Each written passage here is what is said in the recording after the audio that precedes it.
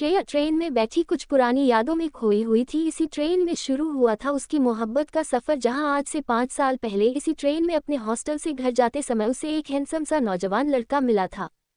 सफ़र के दौरान ही दोनों एक ही साथ एक सीट में बैठे थे, जिस कारण दोनों के बीच बातचीत शुरू हुई। बातचीत करते हुए ही दोनों ने एक दूसरे से काफ़ी सारे सवाल जवाब किया, एक दूसरे से बातें की और काफ़ी अच्छी तरह से एक दूसरे को जानने लगे। वह कहते हैं किसी को जानने के लिए एक पल ही काफ़ी होता है, वरना सारी जिंदगी निकल जाती है, मगर हम सामने वाले को ठीक से जान नहीं पाते हैं। कुछ इस तरह ही श्रेया और उस लड़के संस्कार के साथ हुआ। बातों ही बातों में दोनों ने एक दूसरे का नंबर चेंज किया और सफ़र तय हो जाने के बाद दोनों अपने अपने रास्ते निकल पड़े। मगर दोनों ही आपस में एक दूसरे के टच में रहे। जब भी दोनों को समय मिलता एक दूसरे से बातें किया करते। श्रेया जब भी बातें करती अपने कलेक्टर बनने के सपने के बारे में संस्कार को बताती और संस्कार भी उस सपने को पूरा करने में उसका साथ देने की बातें करते, और ऐसे ही बातों का सिलसिला बढ़ता रहा और कुछ महीनों में ही दोनों को एक दूसरे से प्यार हो गया। दोनों ने ही अपने घर वालों को इस रिश्ते के लिए राजी कर लिए। श्रेया के परिवार वालों ने पहले तो मना किए, क्योंकि उन्हें संस्कार कुछ खास पसंद नहीं आया, मगर बेटी की खुशी देख वो उसे ज़्यादा समय तक मना नहीं कर पाए। दोनों ही परिवारों ने हंसी खुशी धूमधाम से दोनों की गृहस्थ जिंदगी बसा दिए। शुरू में तो सब कुछ ठीक रहा। संस्कार के परिवार वाले भी श्रेया को खूब पसंद किया करते थे और श्रेया भी उनके साथ अच्छे से रहा करती थी। सास को अपनी सास नहीं माँ की तरह मानती। मगर धीरे धीरे जब समय बीतने लगा, अभी श्रेया की शादी को कुछ एक महीने ही बीते कि सास ने श्रेया को अपनी गृहस्थ जिंदगी में आगे बढ़ने के लिए और घर को एक बारिश देने के बारे में बोली। सास की बात श्रेया को थोड़ी अजीब सी लगी, क्योंकि अभी तो शादी को बस 1 महीने ही हुए। श्रेया ने ये बात संस्कार को बताई, उसने हंसी पर डाल दी। श्रेया अपनी आगे की कलेक्टर बनने की पढ़ाई करना चाहती थी, मगर सास को बहू की पढ़ाई करना बिल्कुल भी पसंद नहीं था। श्रेया ने काफी समझाने की कोशिश की सास को, मगर वो उसकी एक ना सुनी, बस जिद पकड़ बैठी, पोता चाहिए तो चाहिए। श्रेया को पढ़ाई करनी थी, गृहस्थी आगे नहीं बढ़ानी थी, पर सास की जिद के आगे उसने हार मान ली और अपनी पढ़ाई को साइड में रख सास की इच्छा को पूरा करने का सोची। श्रेया ने पढ़ाई करना बंद नहीं किया और सास की इच्छा का उल्लंघन भी नहीं किया। अभी शादी को ठीक से 6 महीने भी नहीं हुए और सास ने श्रेया को बांझ कहकर बुलाना शुरू कर दिया, क्योंकि उसकी सारी सहेली दादी नानी जो बन चुकी थी। आए दिन सास बहू को ताना देने लगी, दोस्तों के बीच बुराई करने लगी। श्रेया शांत ही रही और इंतजार करने लगी कोई अच्छी खबर मिलने की। डॉक्टर के पास जाकर टेस्ट करवाए तो पता चला उसकी सारी रिपोर्ट नॉर्मल है। डॉक्टर ने सलाह दी पति के टेस्ट करवाए। पति से ये बात कैसे करे श्रेया को समझ नहीं आया। हिम्मत कर जब उसने ये बात पति के आगे रखी तो सास ने भी सुन ली और बहू को ही खरी खोटी सुनाने लगी। उसे ही बांझ बोलकर पुकारने लगी, क्योंकि उसकी नज़र में तो बेटे में कोई कमी नहीं थी, सारी कमी बस बहू में थी, जो सिर्फ 6 महीने में ही मां नहीं बन पाई। आए दिन शिकायतों का सिलसिला चलता रहा और मां की बातों में आकर संस्कार श्रेया से रूखा रूखा रहने लगा। धीरे धीरे वक्त बीतता गया और संस्कार की मां को श्रेया काफी ज्यादा खटकने लगी। अब वह आए दिन वजह ढूंढने लगी किसी भी तरह से श्रेया को अपने बेटे की नजरों में गिराने की और उसे इस घर से बाहर निकालने की, ताकि वह अपने लिए कोई ऐसी बहू ला सके जो उसके इशारों पर नाच सके। हुआ भी कुछ ऐसा ही। एक रोज संस्कार जब देरी से घर लौटा तब उसने घर में देखा कि उसकी माँ और बीवी दोनों के बीच काफी बहस हो रही है। संस्कार इस बात का कारण नहीं जानता था। जब उसने अपनी माँ और पत्नी दोनों से झगड़ा का कारण पूछा तब संस्कार की माँ ने बातों को बड़ा चढ़ाकर बनाते हुए बोली, मैंने तो बहू को बस इतना ही कहा था कि वो इस घर को वारिस नहीं दे सकती है। इतने में ही ये भड़क उठी और मुझ पर हाथ उठा ली।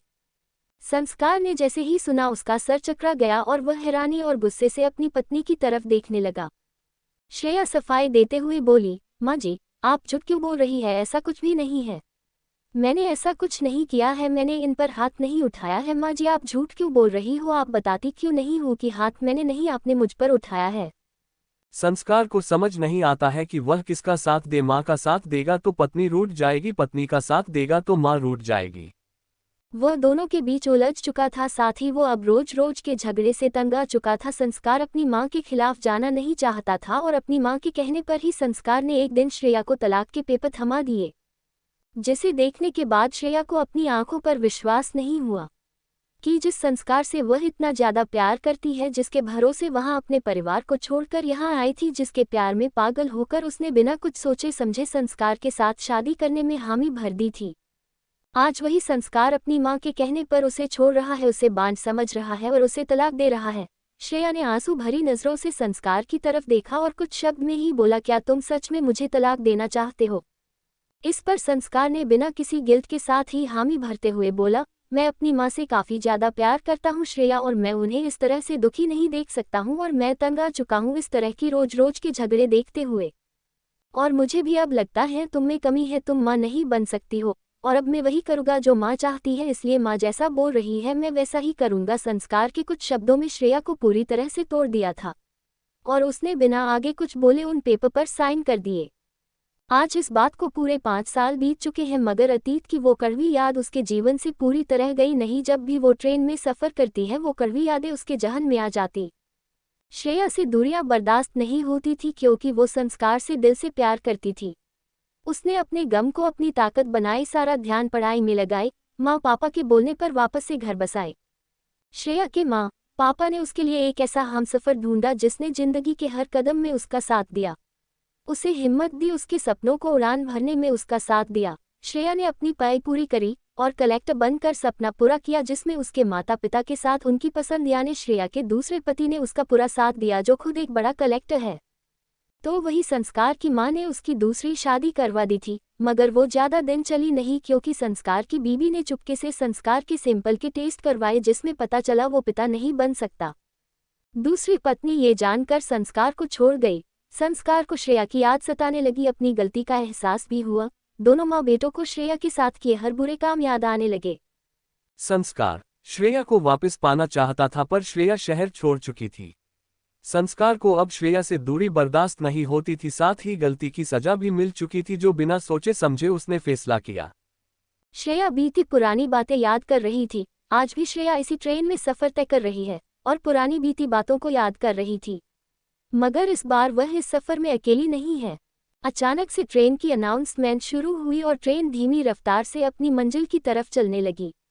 श्रेया विंडो से बाहर की तरफ देख रही थी, तभी उसके सामने वाली सीट पर एक लड़का एक औरत के साथ आकर बैठा। वो दोनों आपस में बातें कर रहे थे। तू फिक्र मत कर बेटा, देखना सब ठीक हो जाएगा। हम इतने सालों से हार नहीं माने हैं, तो अभी हार कैसे मान ले। हम और बड़े बड़े डॉक्टर से इलाज करवाएंगे, हर तीर्थ यात्रा में जाएंगे और भगवान से हाथ जोड़कर प्रार्थना करेंगे कि वह जल्द से जल्द तेरी बीमारी ठीक कर दे और सब ठीक हो जाए। श्रेया जो विंडो से बाहर देख रही थी, जब वो वहां पर जानी पहचानी आवाज को सुनती है तो उसकी आंखें हैरान हो जाती है, और वह अपने सामने नजरें घुमा कर देखती है तो उसके सामने कुछ जाने पहचाने चेहरे बैठे हुए थे। एक लड़का जिसकी उम्र 30 से 32 साल की होगी, वह कोई और नहीं बल्कि संस्कार ही था, श्रेया का पहला प्यार, जिसने उसे छोड़ दिया था। और उसके साथ ही उसकी माँ बैठी हुई थी, जो काफ़ी ज़्यादा परेशान थी। उम्र उसके चेहरे पर उभर कर नजर आ रही थी। संस्कार की हालत भी कुछ ठीक नहीं लग रही थी। आज पूरे 5 साल बाद श्रेया संस्कार को देख रही थी, जो एकदम से पूरी तरह बदल चुका है। श्रेया तो एक पल को चौंक ही गई और उसे पहचानने में काफ़ी देरी लगी कि सामने बैठा लड़का कोई और नहीं, उसका पहला प्यार है। श्रेया बस हैरानी से आंखें बड़ी कर उन दोनों माँ बेटे को देख रही थी, और उनकी बातें सुनकर उसे समझ नहीं आया कि यह किस तरह की बीमारी की बात कर रहे हैं। संस्कार और उसकी माँ जब उसे महसूस हुआ कोई उन दोनों को ही देख रहा है, तो दोनों ने एक साथ अपनी नज़रें उठाकर सामने की तरफ देखें, और सामने देखते ही दोनों की आंखें हैरानी से बड़ी बड़ी हो गई। इतने सालों बाद श्रेया को देख वो दोनों श्रेया से भी ज़्यादा शॉक थे, क्योंकि उनके सामने श्रेया जो बैठी थी वही लड़की जिसे उन दोनों ने अपने घर से बाहर निकाल दिया था, वही लड़की जिसे उसके सास हमेशा अक्सर ताना दिया करती थी और उसे तरह तरह की बातें सुनाया करती थी। संस्कार भी अपनी माँ की बातों में आकर श्रेया को ही गुनहगार समझकर तलाक दे दिया था। आज 5 साल बाद इस तरह श्रेया को अपने सामने देखकर दोनों ही माँ बेटे इतनी ज़्यादा शौक में थे कि उनके गले से एक शब्द नहीं निकल पाया। संस्कार तो उसे देख खुश भी होने लगा और एक उम्मीद जगा बैठा श्रेया को वापस पाने की। श्रेया ने इस समय अपनी आंखों में बड़ा गोल्डन फ्रेम का चश्मा लगाए रखा था। उसके एक हाथ में वॉच थी और दूसरे हाथ में ब्रेसलेट था। उसने इस तरह से खुद को रेडी कर रखी थी, एकदम सिंपल तरीके से, जैसे वह कोई बड़ी ऑफिसर हो, और थी भी वह कलेक्टर। दोनों माँ बेटे श्रेया को देख रहे थे। उतने में ही श्रेया के कानों में एक प्यारी मीठी सी आवाज़ सुनाई पड़ती है, मम्मी देखो तो डैडी और मैं हम दोनों क्या लेकर आए हैं। एक प्यारी सी छोटी सी नन्ही 3 साल की बच्ची अपने हाथ में कुछ स्नैक्स के पैकेट लिए एक बड़े ही हैंडसम से लड़के का हाथ पकड़े हुए उसके पास ही आ रही थी। श्रेया ने उस बच्ची को प्यार से देखा और अपनी बाहें फैला दी। बच्ची भी दौड़कर अपनी माँ के पास आए और अपनी दोनों बाहें श्रेया के गले पर लपेट दी। श्रेया ने उस बच्ची को प्यार से अपने सीने से लगा लिया और उसका माथा चूमते हुए बोली, लगता है अपने डैडी को काफी परेशान किया है।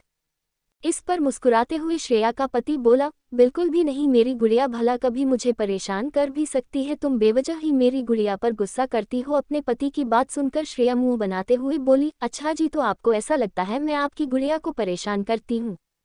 नहीं, बिल्कुल भी नहीं, मुझे लगता है मेरी बीबी काफी काबिल और समझदार बीबी है, तभी तो पूरे शहर के साथ अपने घर और परिवार सभी को बखूबी संभालती है। और हाँ चलो, हमें आगे वाले एक डिब्बे में जाना है। इतना बोल उसने एक हाथ से अपनी बेटी को थामा और दूसरे हाथ से श्रेया के हाथ को, और तभी पुलिस की यूनिफॉर्म में कुछ लोग आकर उनका सामान साथ ले गए। संस्कार और उसकी माँ बस देखते ही रह गई। श्रेया की जिंदगी में आज खुशियां थी, मगर संस्कार बिल्कुल अकेला। आज उसे अपनी गलती का एहसास तो हो ही रहा था, साथ ही श्रेया से दूर जाने पर एहसास हुआ उसने क्या खोया है अपनी माँ की बातों में आकर। मगर अब ये दूरियां कभी कम नहीं होगी, जिसे संस्कार ने चुना ना ही वो पा सकेगा जो खोया है, जिसकी कदर वो कभी कर नहीं पाया। समाप्त।